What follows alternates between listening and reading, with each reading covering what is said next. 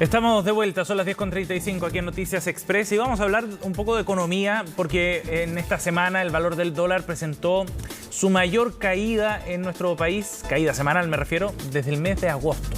La moneda norteamericana tocó un piso de 881 incluso durante las transacciones, antes de cerrar en los 893 del día viernes, alejándose harto de esa frontera de los 1.000 pesos que en algún momento estuvo muy cerca. Vamos a conversar del tema, estamos en contacto con el economista, decano además de la Facultad de Administración y Negocios de la Universidad Autónoma, Rodrigo Montero. ¿Cómo está, Rodrigo? Encantado, Sebastián. Muy buenos días. Un gusto saludarlo esta mañana. Gracias por conversar con nosotros. Rodrigo, hace no mucho tiempo, algunas semanas atrás, el dólar se estaba acercando a los 1.000 pesos. Parecía que iba a superar esa línea roja, digamos, ¿no? Bien importante. Y ahora lo vemos alejándose de allí, incluso por debajo de los 900. ¿Qué es lo que ha ocurrido con el tipo de cambio que explica este movimiento, Rodrigo? Sí, efectivamente, Sebastián. Yo te diría que fue una semana de buenas noticias en general para los mercados internacionales. Tuvimos, por ejemplo, datos de inflación para la economía norteamericana que estuvieron por debajo de las expectativas. Ajá. Y eso, sin duda, alienta a las personas, a las empresas, a los inversionistas, porque probablemente el endurecimiento de la política monetaria norteamericana no va a tener que ser tan alto. Habían perspectivas de que la tasa de interés de la Fed, el Banco Central norteamericano, pudieran llegar hasta 5,25%. Sin embargo, esta buena noticia en términos de inflación de que al parecer, las presiones inflacionarias estarían cediendo un poquito en el margen, avisora una política monetaria menos restrictiva. Ajá. Eso por una parte. Rodrigo, entonces, para detenernos un segundo en este punto, sí, lo que ha ocurrido entonces esta semana no sería algo pasajero, ¿no? Si es que seguimos ese argumento, ese factor en particular de lo que puede hacer la Reserva Federal. Sí, mira, yo te diría que en términos generales es apresurado sacar tanta conclusión a partir de un dato puntual de inflación, ¿sí?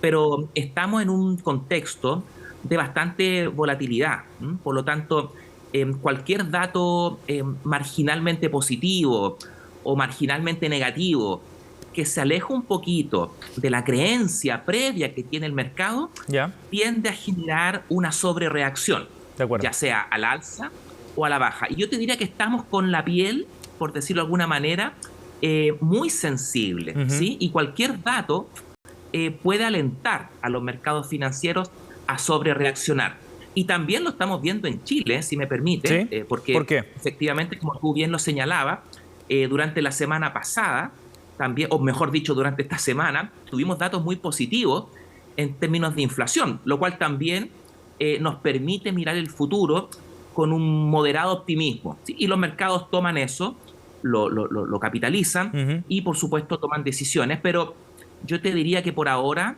hay antecedentes, como te dije anteriormente, para un moderado optimismo. Está, al parecer, la inflación cediendo o dejando de presionar con tanta fuerza. Y eso a todos nos permite mirar el futuro con políticas monetarias un poquito menos restrictivas. Incluso, en el caso nuestro de la economía chilena, tal vez ya nos hace pensar de que estamos en la meseta de la tasa de política monetaria y que por lo tanto los movimientos futuros, no en el corto plazo sin duda, pero en los siguientes trimestres pueden ser ya movimientos a la baja en la tasa de interés. Claro, y eso es lo que marcó también la semana, ¿no? Por el dato de IPC acá en Chile.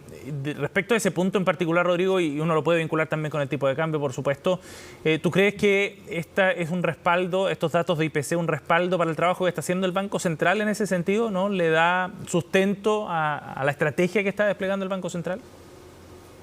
Sí, sin duda, Sebastián. Ha ocurrido que durante el último tiempo la presión inflacionaria fue mucho más fuerte de lo que todos anticipamos en un comienzo. Hoy día la tasa de política monetaria en nuestra economía está en rangos históricamente muy elevados. Es decir, la economía chilena en este momento está con un costo de acceso al financiamiento muy fuerte, muy alto. Por lo tanto, la economía se está frenando. Si tú miras las cifras un poquito más en el margen, como solemos mencionar, uno nota que la economía ha perdido bastante fuerza, más allá del dato puntual del IMASEC, que fue solamente menos 0,4%. Si tú ves las cifras con un zoom un poquito más preciso, tú te das cuenta que la economía ha perdido bastante vigor, ¿sí? Lo que pasa es que esa pérdida de dinamismo aún no se manifiesta en toda su capacidad, digamos, en la economía, porque seguimos viendo un mercado laboral que al final del día sigue funcionando relativamente bien, absorbiendo con menos fuerza lo que es la población que desea trabajar, pero absorbiendo al final del día. Entonces, traíamos bastante inercia, teníamos mucha liquidez en las cuentas corrientes de los hogares, entonces había mucho combustible, digamos. Por lo tanto, cuando el Banco Central comienza a subir el freno de mano, por decirlo así, en julio del año pasado, la economía venía con bastante inercia. Y eso, como tú bien señalaste, Sebastián, le ha hecho bastante difícil hoy día la labor al Banco Central. Pero parece, como se ha mencionado también por las autoridades, que estaríamos viendo algo de luz al final del túnel. Y si me permite agregar un dato, yo creo que también nos permite mirar el futuro, como te decía anteriormente, con un moderado optimismo, es que históricamente los meses de noviembre y de diciembre en nuestra economía son meses con baja inflación. Incluso hemos tenido variaciones negativas de IPC durante los últimos 2 meses del año. Por lo tanto, pareciera ser que la inflación se va a quedar en torno al 12%, 12,5% durante este año, lo que representa una excelente noticia. Si hasta hace alguna semana atrás estamos con inflación anual de 14%. Así que hay espacio, digamos, para este optimismo, como te mencionaba anteriormente. Sí, claro. En ese sentido, Rodrigo, ¿es posible que el escenario para el próximo año sea menos malo de lo que se está proyectando? Te lo pregunto porque esta semana, de hecho, el ministro Marcel así lo deslizaba, ¿no? Decía, hay un dato del IPC que es positivo, se empieza a ver una situación algo mejor. Y de alguna manera lo que planteaba el ministro era que quizás se estaba mirando el futuro con una visión demasiado negativa y el escenario podía dar algo de margen para que la situación no fuera tan compleja. ¿Cómo ves tú lo que viene para el 2023 en ese sentido?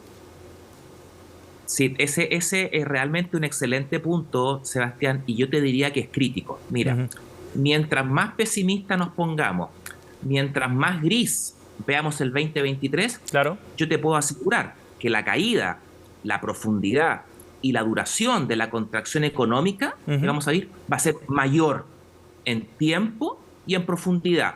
Por lo tanto, estos datos que nos permiten ya mirar el futuro con un poquito más de optimismo o con menos pesimismo, como tú quieras mencionarlo, y además anticipamos que el Banco Central probablemente va a poder normalizar su política monetaria antes de lo que tenía presupuestado, todos esos elementos comienzan a configurar un escenario menos malo para el 2023. Pero tampoco podemos tapar el sol con un dedo.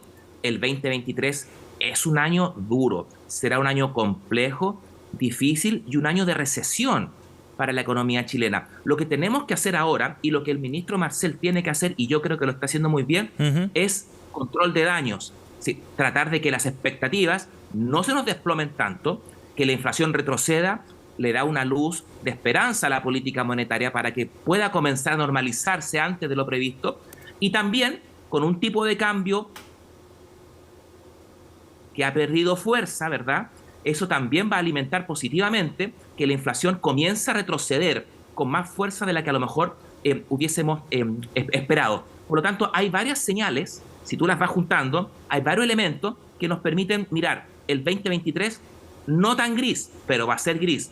Pero el 2022 probablemente va a terminar siendo un poquito mejor de lo que anticipamos en un comienzo de este año. Ojalá así sea. Rodrigo, muchas gracias por conversar con nosotros esta mañana.